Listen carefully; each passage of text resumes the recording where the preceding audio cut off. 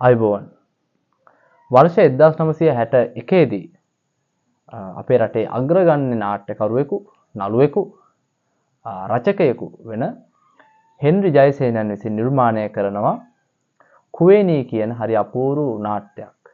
මේ නාට්‍ය විශේෂ වෙන්නේ ලංකාවේ තිබුණු සාම්ප්‍රදායික ආකෘති වලින් බැහැර වෙලා අපි ඒකට නව නාමයක් දෙන්න පුළුවන් රැඩිකල් ආකෘතියක්. රැඩිකල් ආකෘතියක් යටතේ නාට්‍යයක් නිර්මාණය කරනවා. මොකක්ද මේ රැඩිකල් ආකෘතිය? අපි දන්නවා 1956 ලංකාවේ පෙරලියක් ඇති වෙනවා මහාචාර්ය එදිරිවීර සරච්චන්ද්‍රයන් විසින් මනමේ නාට්‍ය නිර්මාණය කිරීම ලංකාවේ නාට්‍ය කලාවේ නාට්‍ය කලා ශාස්ත්‍රයේ නැත්නම් නාට්‍ය කලා වංශ කතාවේ පෙරලියක් ඇති වෙනවා. පෙරලිය කියන්නේ අපේ රටේ නිශ්චිත නාට්‍ය කලාවක් තිබෙන්නේ නැහැ. ගැමි නාටක තිබ්බා, ශාන්ති කර්ම, යක්තොවිල් මේ ආදී වශයෙන් බෞද්ධ පූජා කරන විවිධ නාට්‍යානුසාරී අංග උපාංග අපේ රටේ තිබ්බත් අපේ රටේ හරියම නාට්‍ය කලාවක් තිබ්බේ නැහැ. තිබ්බා නූර්ති, මිනර්වා, ටීටර් මේ වගේ වෙනම නාටකම් වෙනම කලාවක් තිබුණා. නමුත් ඒවා අපිට දේශීයත්වයට ගැලපෙන ආකාරයෙන් අර දේශීය නාට්‍ය කලාවකේ පිළිගත නොහැකි නාට්‍ය කලාවක් තමයි අපේ රටේ තිබුණේ. මේ විදිහට කියන මේ ගියපු කාලවකවානුව තුල මහාචාර්ය සරච්චන්ද්‍රයන් පරීක්ෂණාත්මක ග්‍රන්ථයක් රචනා කරනවා. මේ ග්‍රන්ථය ඇවිල්ලා සිංහල ගැමි නාටකයක. ලංකාවේ ශාන්ති කර්ම, යක්දොවිල් ගැමි නාටක අලලා ලියනවා මේ ග්‍රන්ථය. මේ ග්‍රන්ථය ලිව්වහම මහාචාර්ය සරච්චන්ද්‍රයන්ට ශිෂ්‍යත්වයක් හම්බ වෙනවා. මේ ශිෂ්‍යත්වයෙන් ඔහු රටවල් ගණනාවක නාට්‍ය කලාව පිළිබඳව, නාට්‍ය කලාව, සාහිත්‍ය කලාව පිළිබඳව අධ්‍යයනයක නිරත වෙනවා. මේ අධ්‍යයනයේ ප්‍රතිඵලයක් විදිහට මුහුලද දැනුම් සම්භාරය ආభాෂයට අරගෙන මු නිර්මාණය කරනවා 1956 දී චුල්ල ධනුද්දර ජාතකය භාවිතා ආభాෂයට අරගෙන මූලාශ්‍රය කොටගෙන මනමේ නාටකය නිර්මාණය කරනවා. මේ මනමේ නාටකය වේදිකාගත වීමත් පළමු වරට වේදිකාගත වීමත් සමගම මේ මනමේ නාට්‍ය වේදිකාගත වී අනතුරුව තිරේ වැසෙනවා සමගම මේ මනමේ නාට්‍ය ආකෘතිය මේ ශෛලිගත ආකෘතියට අනුකරණාත්මක නාට්‍ය ගණනාවක් ලංකාව තුළ නිර්මාණය වෙනවා. අපි දන්නවා එතකොට මහාචාර්ය සරච්චන්ද්‍රයන් නාට්‍ය ධර්මී නැත්නම් අපි කියනවා ශෛලිගත කියන මේ කියන්නේ ස්වභාවිකත්වයේ ඉක්මවා ගිය නාට්‍ය ධර්මී සම්ප්‍රදාය ගොඩනගාගෙන වර්ධනය කරගෙන වෙනම ගුරුකුලයකින් නැගී සිටිනවා. ඒහා සමානව ලෝක ධර්මී නැත්නම් මේ ස්වභාවිකත්වයේ මුල් කොටගෙන නිර්මාණය වන නාට්‍ය වෙනම ගුරුකුලයක් සුගතපාලද සිල්වා මහතා වෙනම ගුරුකුලයක් නිර්මාණය කරනවා. ඒතර ලෝක ධර්මී නාට්‍ය ධර්මී කියන ආකෘතීන් වලට අනුකූලව අපේ රටේ නාට්‍ය නිර්මාණය වෙනවා මේ නාට්‍යකරුවන්ගේ දායකත්වයෙන්.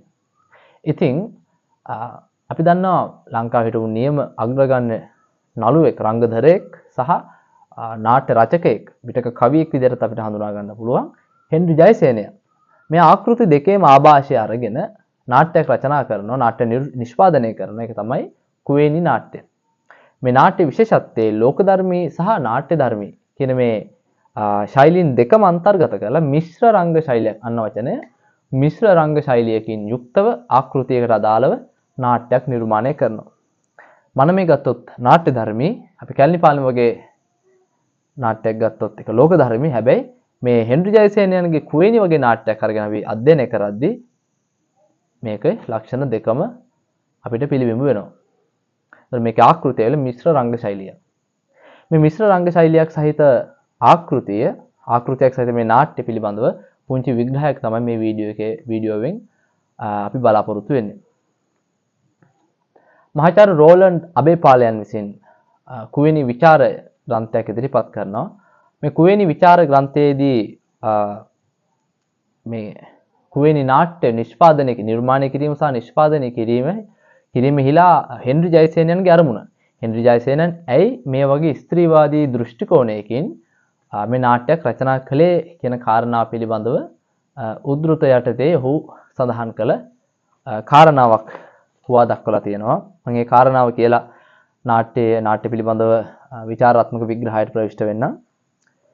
එහෙත් මේ මා විසින් ඉතිහාසයට හෝ ජනසම්මතයට හෝ විරුද්ධව දෑත් දිගු කොට මුරගා ආරම්භන සටනක් නොවේ. ඊට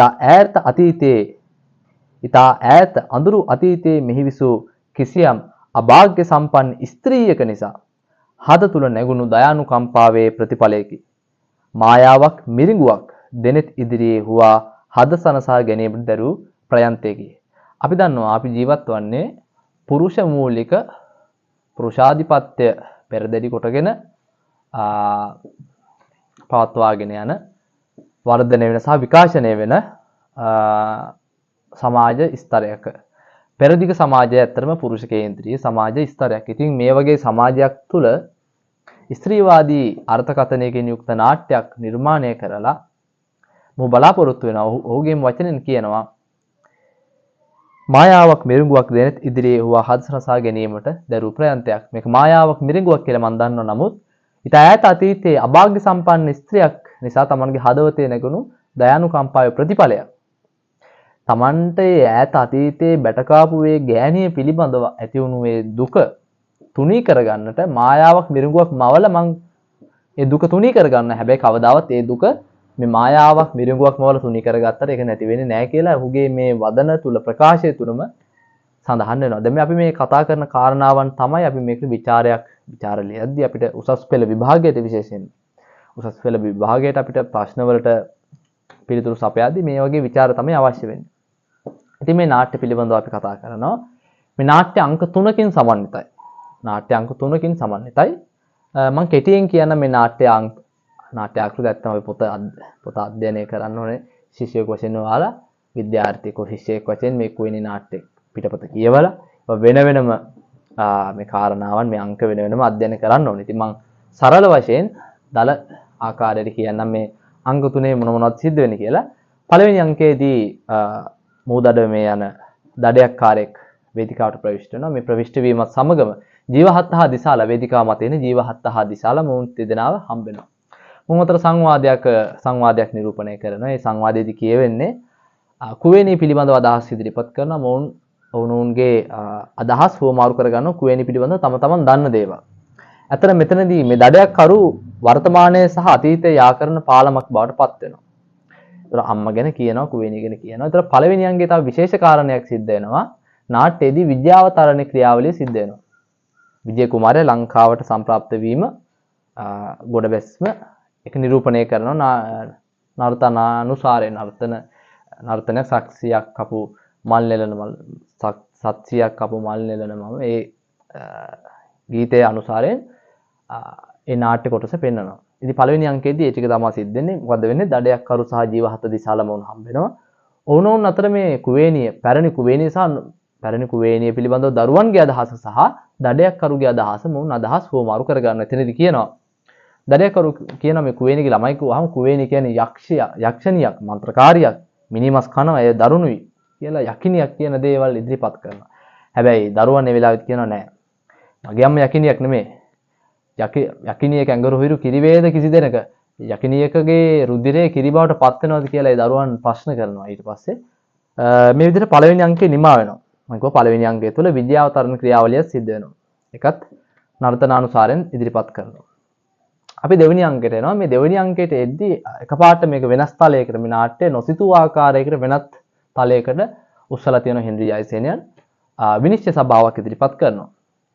මේ විනිශ්චය සභාවේදී මොකද්ද වෙන්නේ? නීතිඥයින් දෙදෙනෙක් මේ විත්තිය සහ පැමිණිල්ල මොවුන් පාර්ශව දෙකට පිනී ඉන්නවා. විනිසුරුවරයෙක් ඉන්නවා. උසාවිය තුළ විනිසුරුවරයෙක් ඉන්නවා. නීතිඥයන් දෙදෙනෙක් ඉන්නවා සහ කුවේණිය නූතන කුවේණිය ලෙස සුදු සාරියක් ඇඳගෙන විනිශ්චය සභාව තුළ ඉන්නවා. මෙතනදී මොකද්ද මේ විභාග කරන නඩුව? කුවේණියට නැති වුණු තම ස්වාමියා සහ ස්වාමියාගේ ප්‍රේමය ඉල්ලා තමයි මේ කුවේණිය විත්ති කුඩුවට නැගලා ඉන්නේ. ඊට පස්සේ කුවේණිය වෙනුවෙන් පෙනී ඉන්නවා පළවෙනි නීතිඥයා, විජය වෙනුවෙන් පෙනී ඉන්නවා දෙවෙනි නීතිඥයා. ඉතින් මෙතනදී මොනෝන්ගේ කාව්‍යාත්මක භාෂාව ගීතානුසාරයෙන් කාව්‍යානුසාරයෙන් මේ සංවාද ආරම්භය සිද්ධ වෙනවා. මෙතනදී විනුසුරුවරයා අසරණතාවයකට පත් වෙනවා. මොකද්ද වෙන්නේ? කුවේණිය කියනවා තමන්ට ඕන තමන්ට නැති වුණු ස්වාමියා සහ ස්වාමියාගේ ප්‍රේමයේ සෙනෙහස අයිද සිටිනවා මේ උත්තරීතර විනිශ්චය සභාවේ. හැබැයි මෙතනදී සියල්ලන්ගේම හද සසල කරවන කාරණාවක් සිද්ධ වෙනවා. නීතිඥවරයාත් අසරණ වෙනවා. මේ විනුසුරුවරයාත් අසරණ වෙනවා. මොකද්ද කියන්නේ? මොහු කියනවා නීතියකින් තමන්ගේ මේ විජයට තමන් විවාහපත් කරගන්න කියලා අණ කරන්න පුළුවන්. හැබැයි නැති වුණු අහිමි වුණු ඒ සෙනෙහස ප්‍රේමය නීතියකින් අරන් දෙන්න බෑ. මේ කාරණාව කියලා හරියම තීන්දුවක් දෙන්න බැරුව මේ විනිශ්චයකාරවරයාත් අසරණ වෙනවා. ඊට පස්සේ මෙතන මේ විනිශ්චය සභාව අවසන් වෙනවා. සහ දෙවෙනි අංකයත් අවසන් වෙනවා. තුන්වෙනි අංකයට එනවා. තුන්වෙනි අංකයේදී සිද්ධ වෙන්නේ දඩයක්කරු සහ ජීවහත දිසාල මොවුන් නැවතත් මුණ ගැසෙනවා. සහ දරුවන්ට නැවතත් කුවේනිය මුණ ගැහෙනවා. උන් කියන අපිට මේ මනුස්ස වාසය හරියන්නේ නැහැ. අපි ආපහු කැලේට යන්. අපි කැලේට ගිහිල්ලා වැද්ද වෙමු කියන කාරණාවෙන් නාට්‍ය නිමා වෙනවා. අපිට තියෙනවා රූකඩ ගෙදර නාට්‍ය අධ්‍යයනය කරන්න අපොස උසස් පෙළ නිර්දිෂ්ට ග්‍රන්ථ පහෙන් එකක් රූකඩ ගෙදර අනික කුවේනිය. මේ විදිහට මේ දෙකේම කතා කරන්නේ ස්ත්‍රීවාදී දර්ශනයක්, ස්ත්‍රීවාදී දෘෂ්ටි කෝණයක්. ඉතින් හෙන්රි ජයසේනයන්ගේ අර ප්‍රකාශය තුලින්ම සඳහන් වෙනවා මේක ස්ත්‍රියක් නිසා ඈත අතීතයේ ඉසු අභාග්‍ය සම්පන්න ස්ත්‍රියක නිසා හදවතේ නැගුණු දයානුකම්පාවේ ප්‍රතිඵලයක්. සානුකම්පිතව ලෙස ස්ත්‍රිය දිහා බලලා ලිව්ව නිර්මාණය කරපු නිර්මාණයක්. ඉතින් මේ විදිහට තමයි ඒකේ අංක ටික වෙන් වෙන්නේ. මේකේ තේමාව ගත්තොත් ඇත්තටම අපේ අර හෙන්රි ජයසේනයන්ගේම ඒ ප්‍රකාශය තුලදී අපිට මනාව ලෙස මෙහි තේමාවක් පැහැදිලි වෙනවා. අපිට විශේෂයෙන් මේ නාට්‍ය ආරම්භ වෙද්දී සහ විකාශනයේදී සහ අවසානයේදී අවස්ථා තුනකදී අපිට අන්ධකාරයේ දුරාතීතයේ අන්ධකාරයට අනාගතයේ රැගෙන යන කතා පොතක් අන්ධකාරයේ සිට කියන්නේ කියලා හරි අපූර්ව ගීතයක් හම්බ වෙනවා. විජේරත්න වර්කගොඩ ශූරින් විසින් ප්‍රථමයෙන්ම ගායනා කරන ලද මේ ගීතය. ඒ ගීතයේදී අපි ගීතය ඉදිරියේදී අපි ගීතය වෙනම විචාරාත්මකව ගීතය සහ මේ නාට්‍ය තුල එන සංවාද ඛණ්ඩයන් උදාහරණ සහිතව විචාරයට ලක් කරමු. ඉතින් මේ ගීතයේදී පව අපි විචාරයට ලක් කරද්දී අපිට මේ කාරණාව හොඳින් මනාව ලෙස ප්‍රත්‍යක්ෂ වෙනවා. ඉතින් හෙන්රි ජයසේනන්ගේ කුවේණිය 1961 හරිම විශේෂයි. මොකද විශේෂ වෙන්නේ මේක ලෝක ධර්මී නාට්‍ය ධර්මී කියන සම්ප්‍රදායන් දෙකම භාවිතා කරලා නිර්මාණය කරනවා.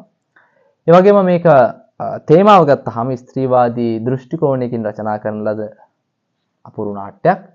මේකදී කතා කරන එදා හිටපු අභාග්‍ය සම්පන්න ස්ත්‍රී එදා විතරක් නෙමෙයි අදත් හෙටත් හැමතැනකම ඉන්න මේ ගීත තුලදී විග්‍රහ කරන අපි ඉදිරියේදී අපි මේ දේවල් වැඩි දුර සාකච්ඡා කරමු. බොහොම ස්තුතියි.